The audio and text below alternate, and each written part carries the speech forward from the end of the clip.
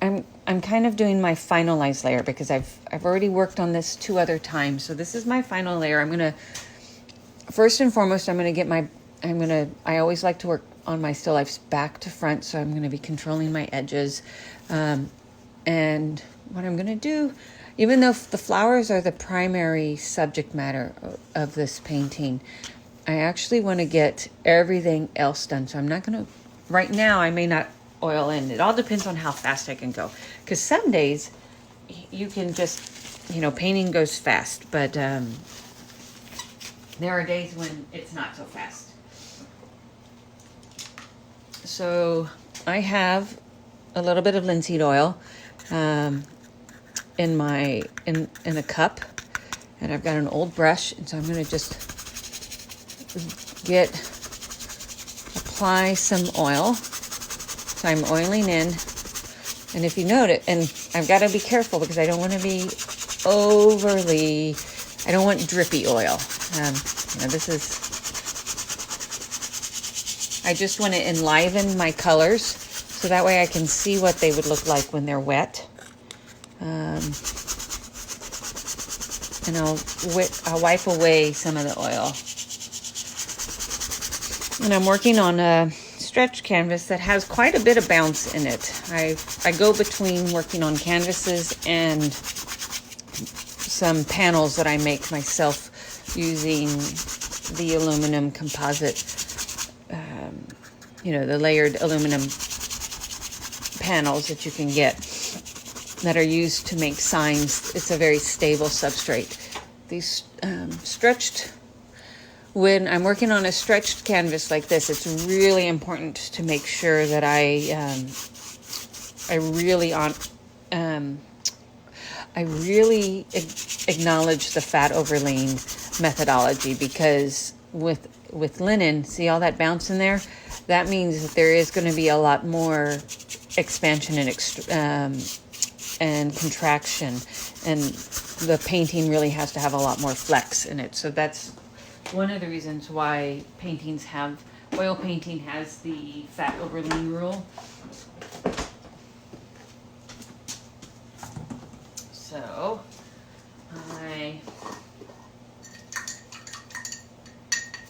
let's see.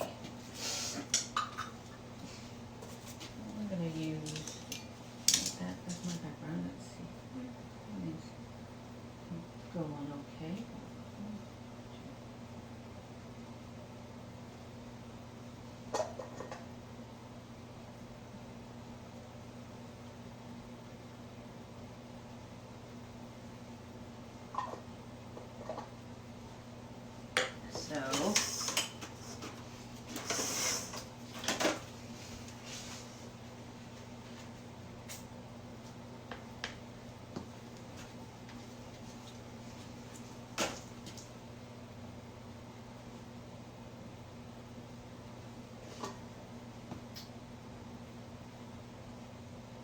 Okay, so let's see how things will, how I want. Okay, so I want to get that background in just a little bit more.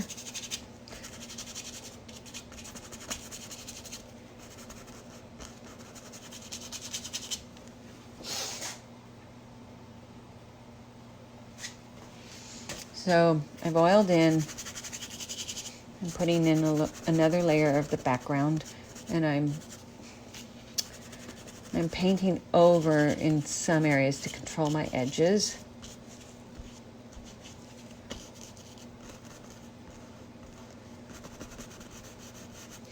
Some edges I want to have a little bit harder, some edges I want a little softer.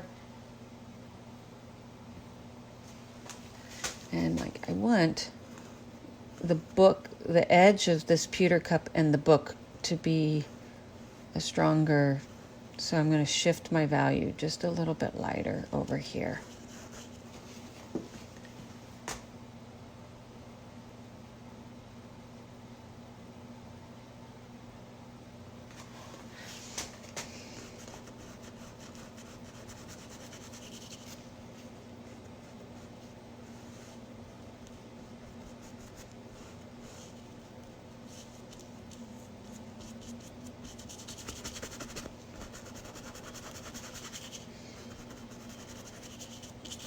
Yeah, see, that looks really nice.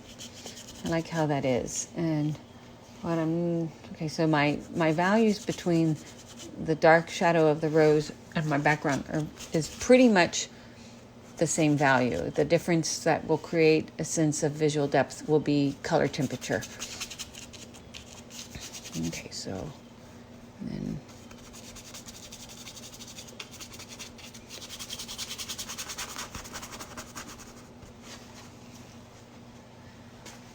okay, guys, I am so thankful for you guys joining in on this Sunday morning. I hope y'all are having a good September. This is going to be my last Instagram Live for September on Sunday. On Wednesday the 30th, I will be doing the Instagram Live that I do for my Great Falls class at 2 o'clock Eastern Standard Time here on the east coast of the U.S. Okay, I'm really liking how that is. There's a nice sense of depth. And that's one of the reasons why I like painting it. I paint in an indirect manner. Like some people would say that this painting is done, and it could be. I could interpret it as being done, but I like building up the layers of oil paint. I like exploring what I can accomplish. So I'm not gonna make it done. It's gonna have I'm gonna give it more opportunity to develop and become more. So that, and so I've been living with this painting for a little bit, trying to decide what needs to be done. And so what I'm going to do is I want to work on, well, I said I wasn't going to work on the roses, but the truth is I'm realizing I do want to work on them. So I'm going to lower this just a little bit.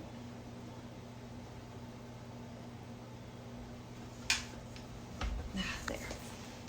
So you can still see what's going on, and thank you guys so much for being here. So I am gonna work on my roses. I thought I wasn't. Yeah, I do. I'm gonna work on this.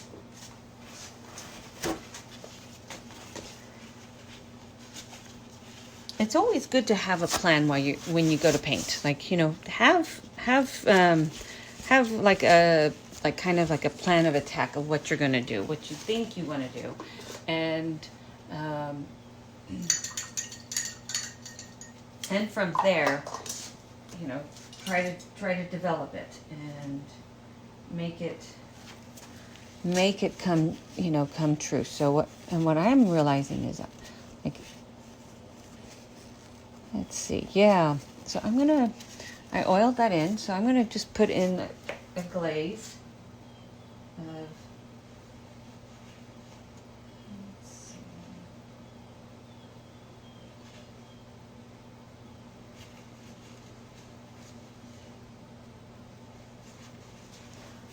Okay, I'm putting in quite a glaze, and I know it's deepening everything. I want to warm some of the colors up. I know and then what makes, putting in this warm glaze, and then I'm going to lay my lighter value pinks and on top of this glaze, and it's going to create some really nice effects, or at least I'm hoping that's what it'll do. Painting is always an exploration too. So there are times when you can plan out and think about what you want to do, and then lo and behold, it doesn't work out. How do you dry the painting overnight to work on it the next day? I remember you mentioned. Okay, so Sanchita, most times my painting will be dry because of the oil. I use lead white, and lead white does set up within 24 hours for most brands. Most brands set up in 24 hours. So that's my biggest thing. And then occasionally, if I am, if it's a very, very humid day or night and I will use, I will use a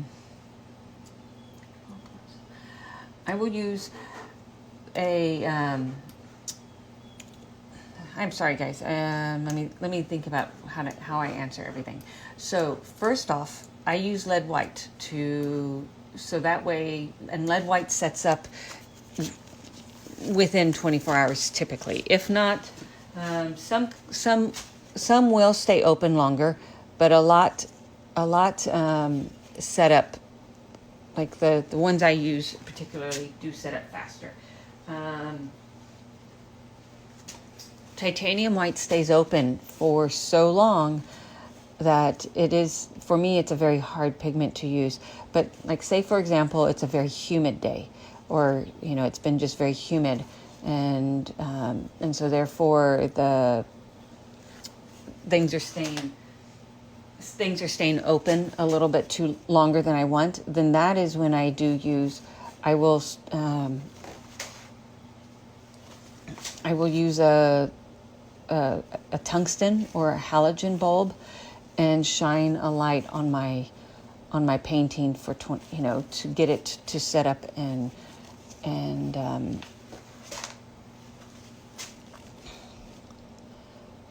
it helps kind of bake or cook the painting just a little bit, though. So like, it's a safe alternative, and it will speed up the drying time some. So I'll use a tungsten bulb and a clamp light. Now okay, let me look. Catherine, you asked also a question. Okay, what colors did I use for the glaze? I used a mixture of permanent rose or quinacridone rose and a little bit of cad yellow medium value. And the reason why is because I wanted it to be warmer than what permanent rose typically gives you.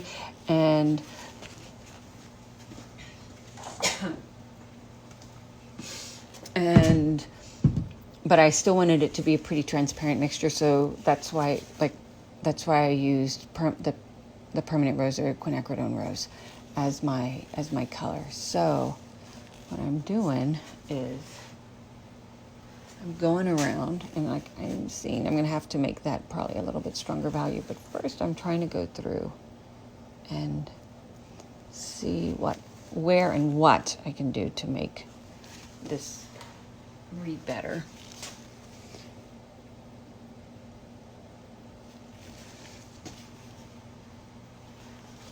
You're welcome. You're welcome, Catherine. Yeah. So I'm just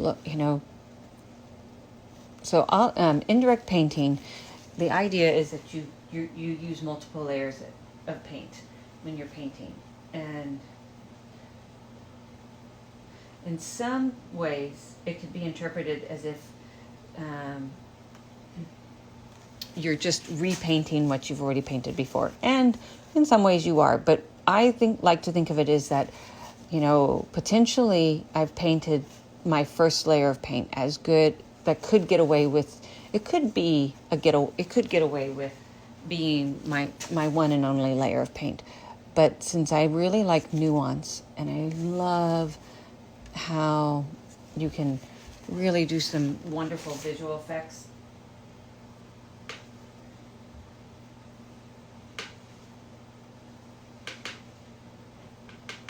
I like the idea of using, coming back and doing another layer of paint to make for a more interesting and varied visual effect. So it needs to go deeper in value, so I'm going to deepen that some.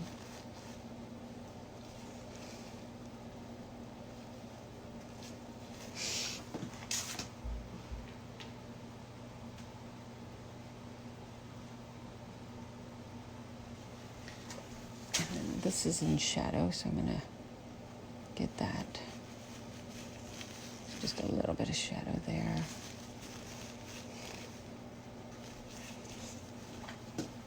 Let's see, what glazing brand do you suggest? Well,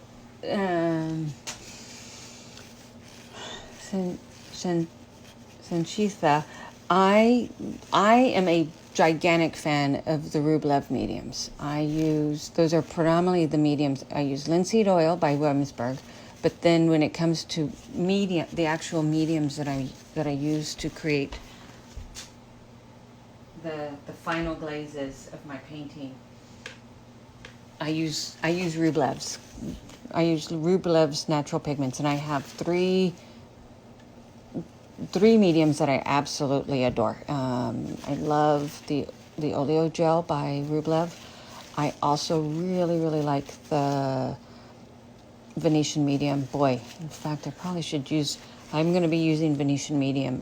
Right now I'm using Oleo Gel on the roses, but I'm thinking I'm going to be using Venetian medium for the are you working from a light box?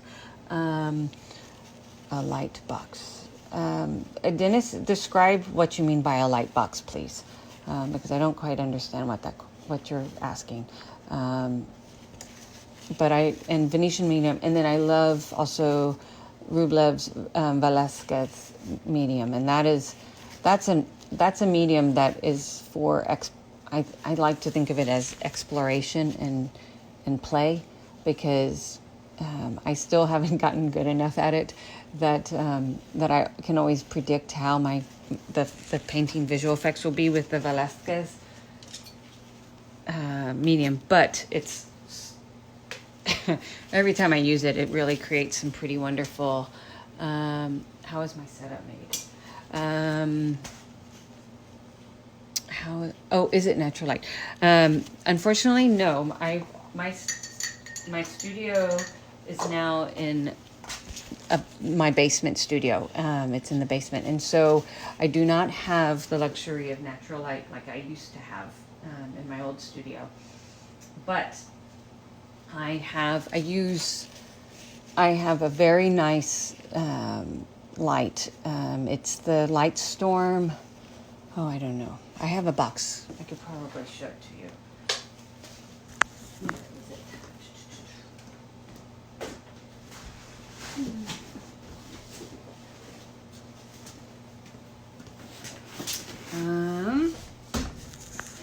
Actually, I can't show it to you because it's too big, but it's a very nice LED light by Aperture, and it is the Light Storm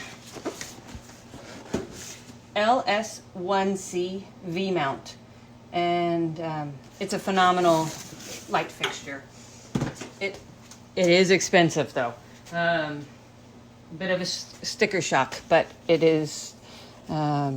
After trying so many, I tested several models of other LED lights and flexibility, and ultimately, after testing so many, I settled on this one, and it's worth it. It's worth every penny. I think when I bought them, they were about $900. I have two of them each. They were about $900 each. Luckily, I think they probably have gone down in price, because that was 3 years ago, and LED bulbs and everything are going down in price, which is a wonderful thing. So, and that is true. If you have to work from artificial light, don't go cheap on your lights.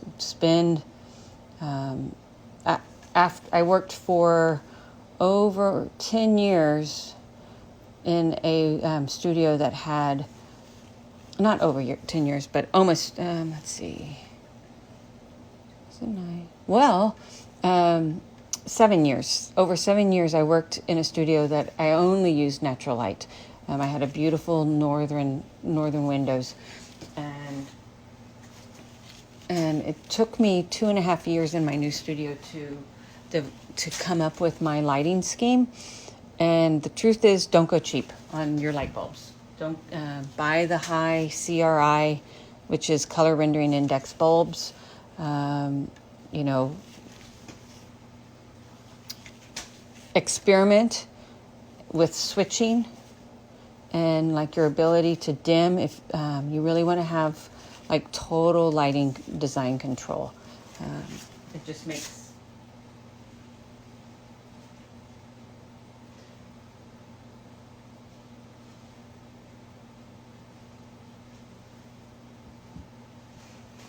it's just very, very helpful. Okay, so I am essentially repainting this flower, but that's what I want. I want to create a sense of vitality and thickness and texture and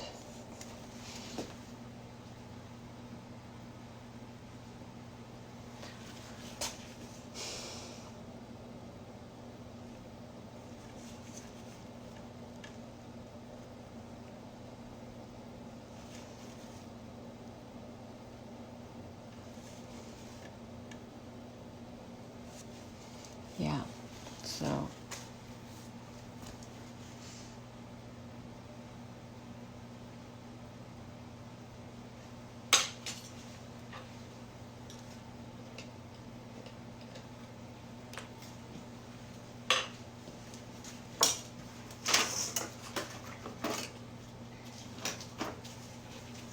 since this is my last layer of paint, I'm switching. I usually use the RGH Cremnitz White. It sets up in 24 hours.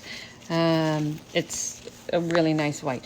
But this is my last layer, so I'm switching to the Cremnitz White Extra Fine, which means that it has just a little bit. It's got a little bit more oil in it, and this one has safflower oil in it. So that means also it's a lighter white. It's cooler, not cooler because lead white is a warm white, but it just has some more transparent properties versus like a linseed oil still has a slight warm yellow cast to it.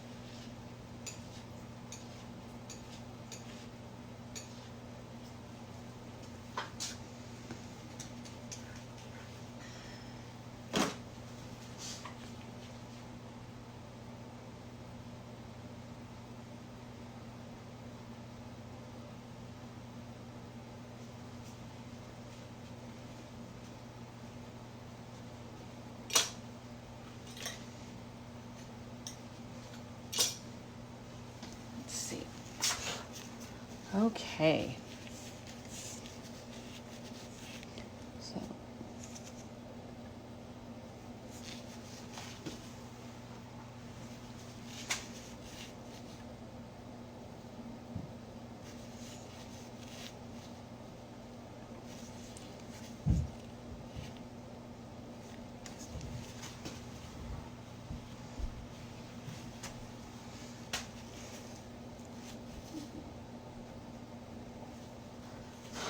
okay.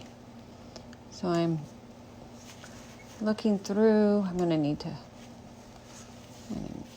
do a little bit more. For now, I need to work on those guys because this guy will take, the center will take so much more finessing, and I want to make sure that the other flowers are in the spot to that they are close to being totally complete. So let's get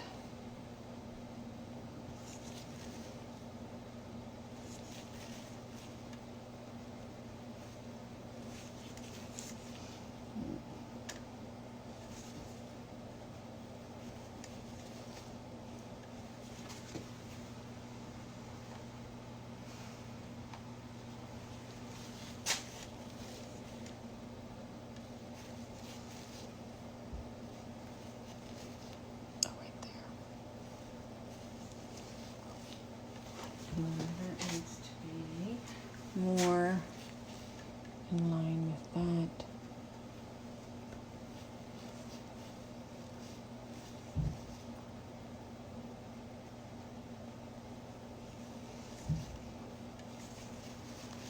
Okay.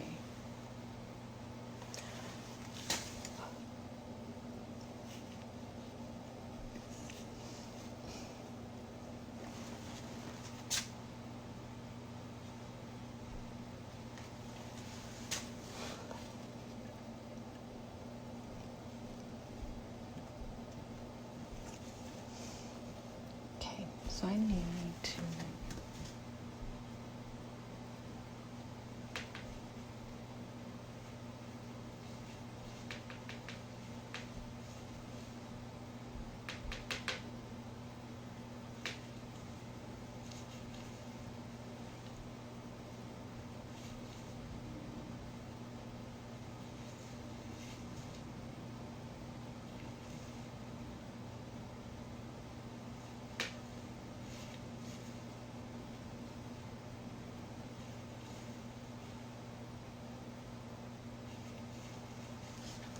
Okay, so I've got, one thing I'm noticing is that I'm some more blue purple, so I want to get that in. And then there's that. Okay. I am completely done with my background at this stage. So like essentially I'm going to try to finish this painting today. So that means the background and my background is where I want it to be, or as close to where I want it to be. I'm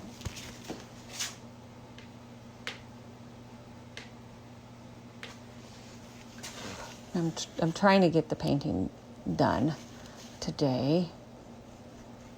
It may not. That's the reality of also of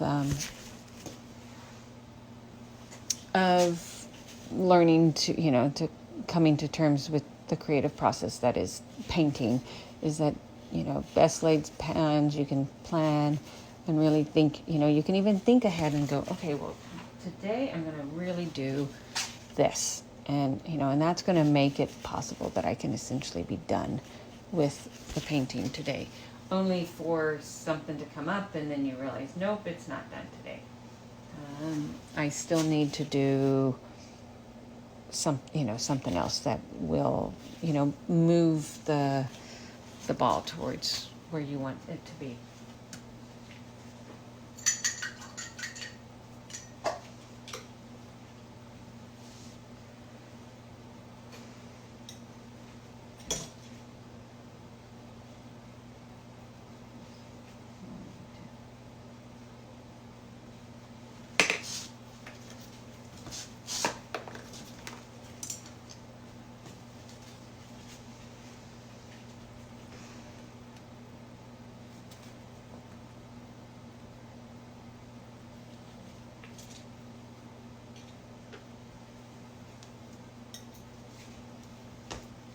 So,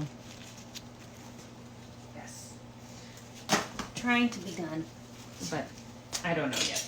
Hopefully, we'll see.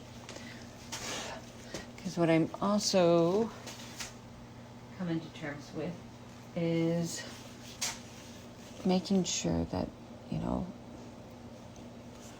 probably a few things I should have done that I didn't do in this lay-in.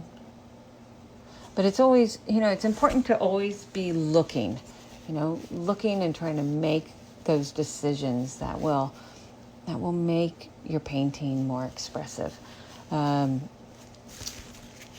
That's the one thing that I'm always striving for with my work, is to come up with ways to make it more expressive, and making sure that I'm doing what, whoops, that's too dark.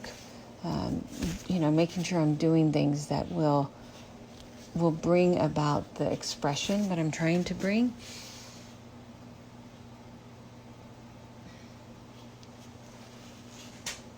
And let's see. So what I'm noticing is like some of my values have gotten a little bit too dark, but then I've lightened some areas too much. So I'm having to go back and rebuild and kind of like reset up again. And it's a push and pull. It really is. And I think it's because when I first started, I was not going to work on the roses just yet. But then as I got the background in, I realized I couldn't finalize the cup until I got the roses to a higher level of completion. And so because of that, I'm mentally resolving and backpedaling a bit of my design process that I was planning on doing today.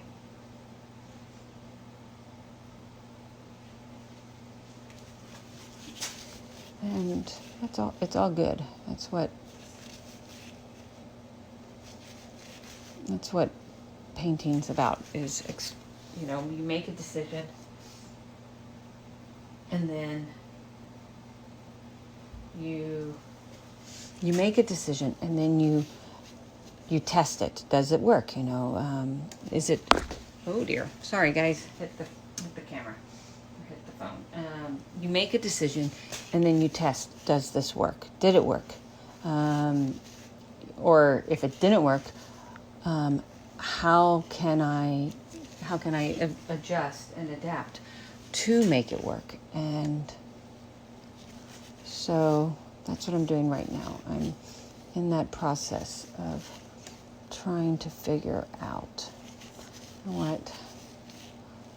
okay, so that's gotten too light. So this is darker under here. And it's pinker, so now I need to use a more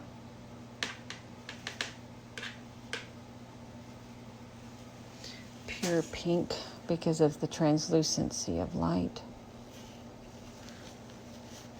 And then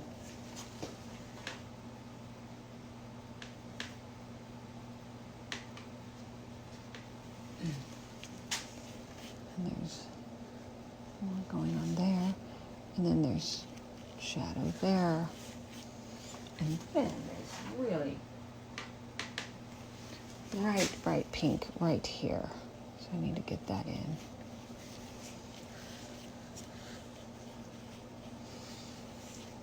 And so you might have the same value, but the color temperature has shifted. So that's kind of going through and trying to find those shifts. And I'm noticing it's coming across a bit visually like extreme right now. But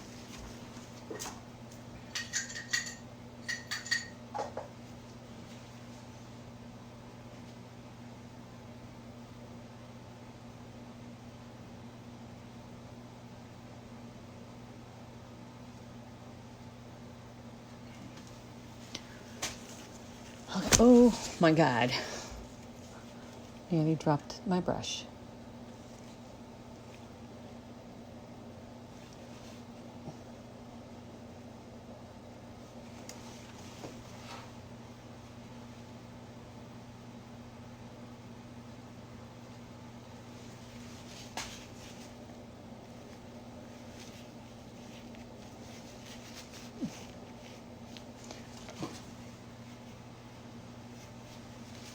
And this is lighter right there. Cooler and lighter. Cooler and lighter. And then that's even lighter. And that's even lighter.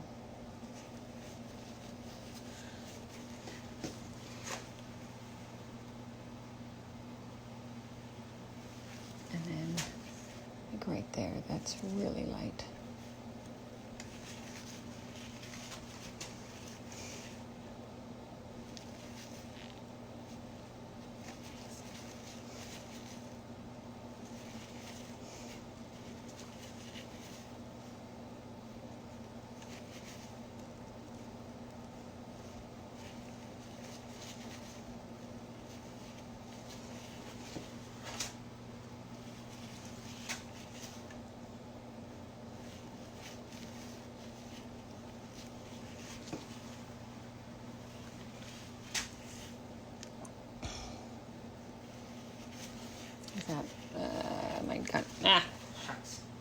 heavy-handed. So, but I'm gonna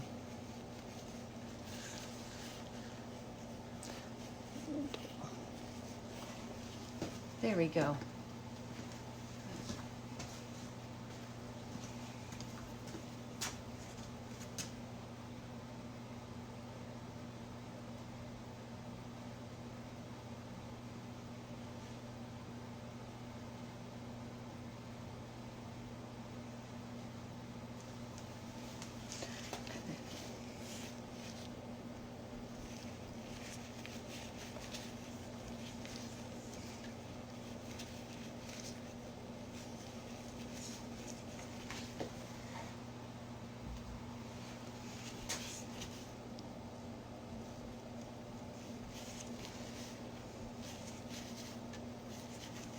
And then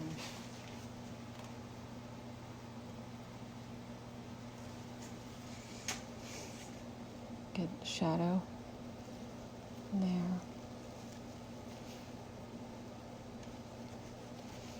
More shadow.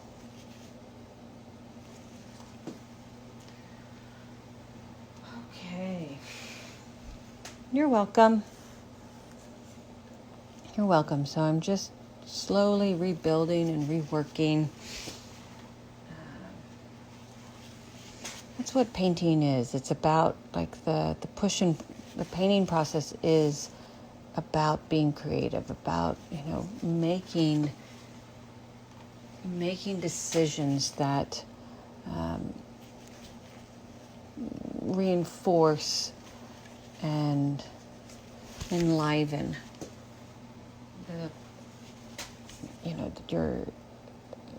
the canvas, the expression. I'm always thinking about my expression. Like, what am I trying to present? How can I present? Can you share what surface you'd love to paint on? I love painting on every type of surface. I tend to explore. So right now I'm working on a portrait grade linen. And I love stretched canvas, and I love my favorite is oil primed linen. I like the tooth that oil primed linen provides, but I make my own ACM panels. Those are the aluminum panels, and I like those too. What I like about the ACM panels is that, like, halfway through a painting composition, if you want to change the size of it, you can totally cut it down to scale for what you want.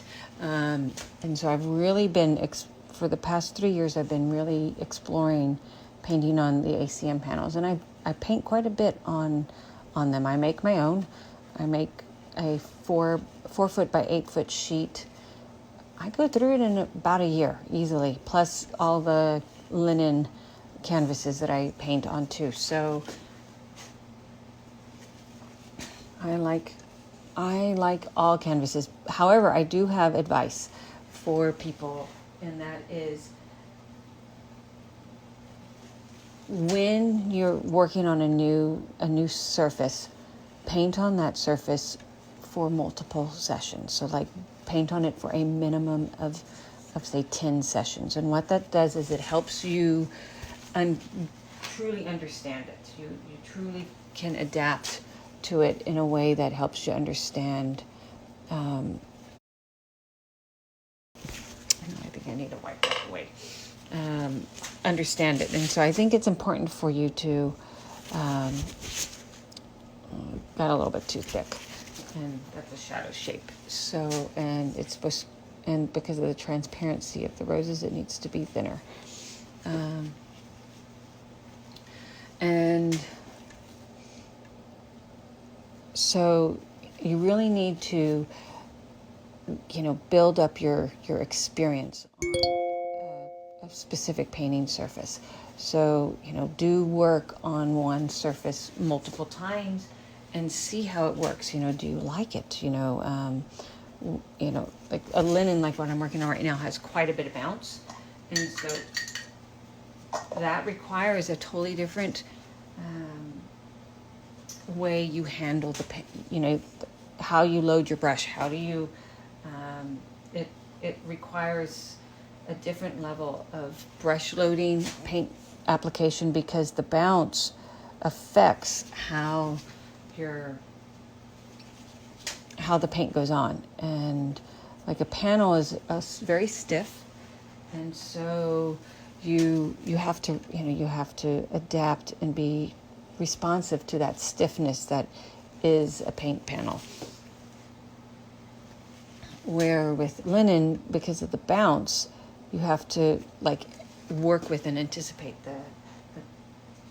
the bounce. Okay, did you learn to draw before you started to paint? Yes, Susan. I've always drawn. Like, in fact, my grandmother talks about how she's passed away, so she doesn't anymore. But she used to rave about how, I guess I was 4 years old, and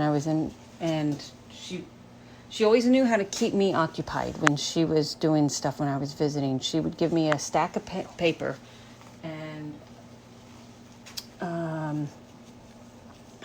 and a pencil or crayons or something, and that she knew I could entertain myself for hours and hours.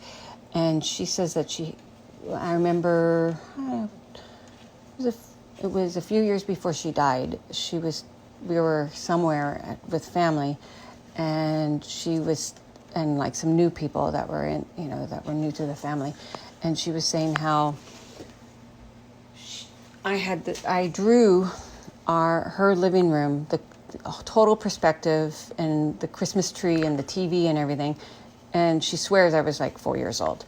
I have no memory of that, but I do know that I was always drawing. And I do remember actually getting into a fight with my mom. I was probably the house we were living in, so I was in pre-K. So it was like that, when you go to kindergarten, preschool. It wasn't true kindergarten, it was like pre-K.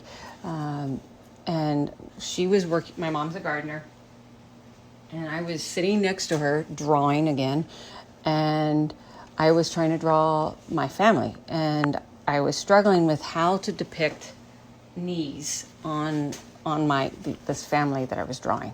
And my mom told me I didn't need to know how to draw knees. And I remember being so angry at her.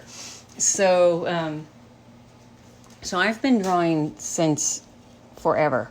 But I have a degree in business, and I also have a degree in architecture. So I totally went a very long, circuitous route to becoming an artist.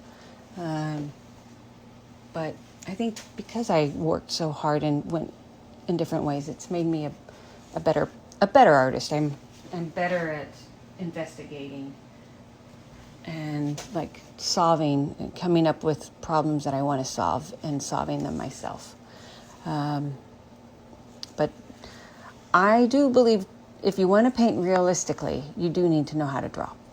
But if you want to be like an abstract expressionist or someone who expresses their creativity through like color and form, drawing is not as much of a prerequisite. But I think if you are interested in expression, there is no better, in my opinion, expression and exploration than learning how to draw your world. Learn how to draw that. What your world is made up of is so wonderful. Okay, I'm really liking how these guys are turning out. There's a couple of like little doodads. I need to work in the center. That guy's pretty good, that center. I need to add some stuff.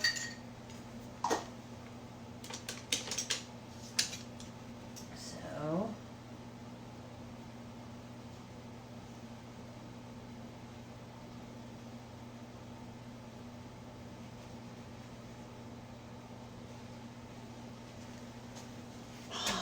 So there's a little bit of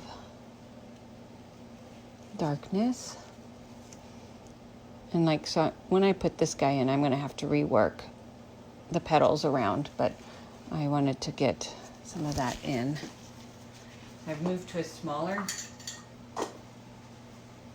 brush. And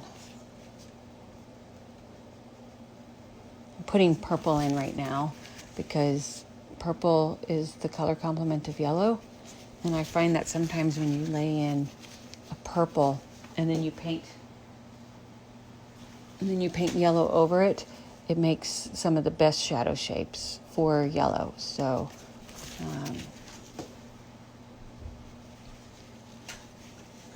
when you're, if you want to learn, make sure you also learn about color theory. There's so much out there for color theory. I love studying like visual perception and color, and there's just so much out there to learn from.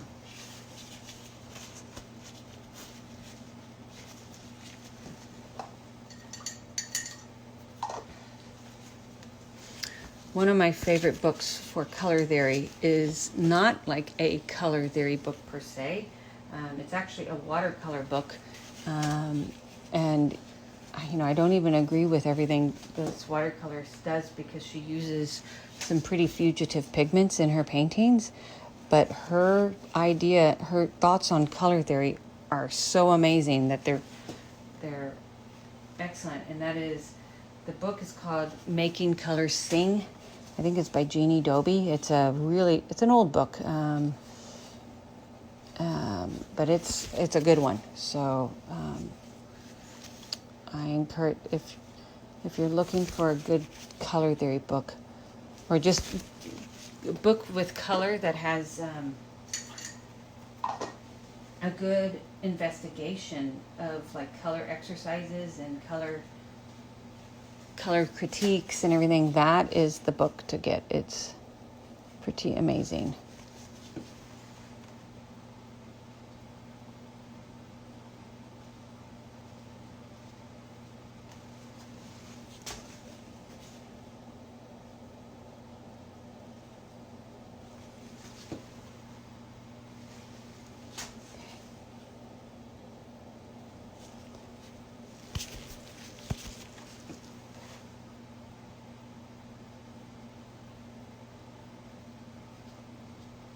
These are strawberry healed roses. These are David Austin roses that I grow in my garden.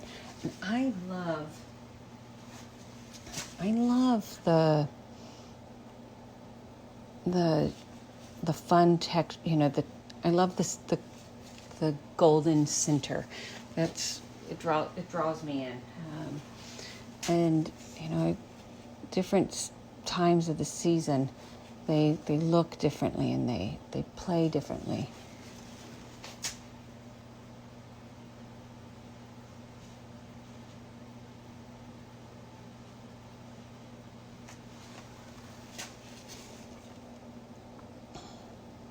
So yeah, there's a lot of bounce. So I have to, kind of anticipate and load my brush a little bit thicker than I do when I'm working on a panel, because the bounce, affects the way the paint comes off on the canvas. But it's pretty amazing that you can get some wonderful, textures. It's like the unknown texture, because you never know how you can kind of experiment and anticipate how the paint will bounce off. But, it's still also a bit of a guesswork too. So how is the paint going to come off? So there's a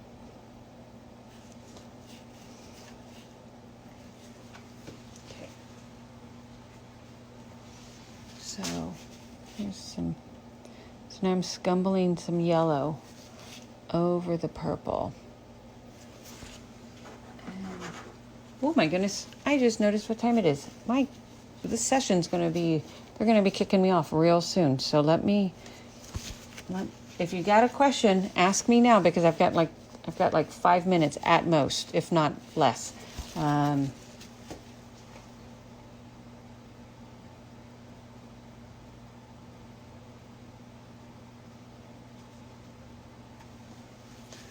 So I'm going to start putting in some of the shifts in value.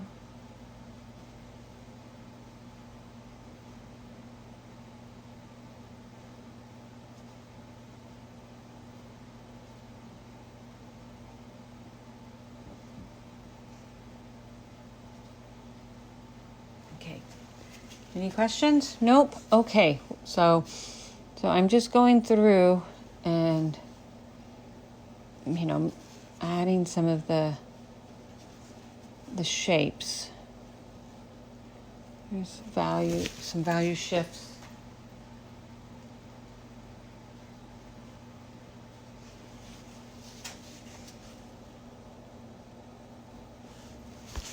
And okay, so I really appreciate you guys showing up for me today, this morning, this wonderful September morning.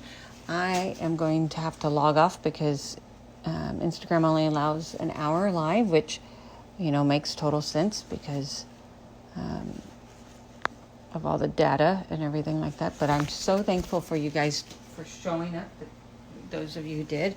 And, I do Instagram lives on Sunday mornings, every other Sunday. So I'm not going to be here next weekend, but I'll be back the following weekend. And I do try to post ahead of schedule, but I must admit, I sometimes forget. My blog usually does have, at the beginning of the month, I will post on my blog my Instagram live schedule. So do check out my blog for that. So October's coming up, so I'll be writing a blog post soon about what the October schedule is. I think it might be a little bit different because my daughter is in travel soccer this year, and we have lots of games on Sunday. This week it worked out because her Sunday game is on in the afternoon, but I know she has some that are in the morning. So do check out my blog to see what my schedule is. And yeah, thank you guys so much for showing up today. And let's see, I love watching you paint. Thank you so much. Thank you. I appreciate you tuning in. And so here's my painting, and it's real fun. And yeah, that's all. Thanks so much, and have a really, really good weekend. Take care. Bye.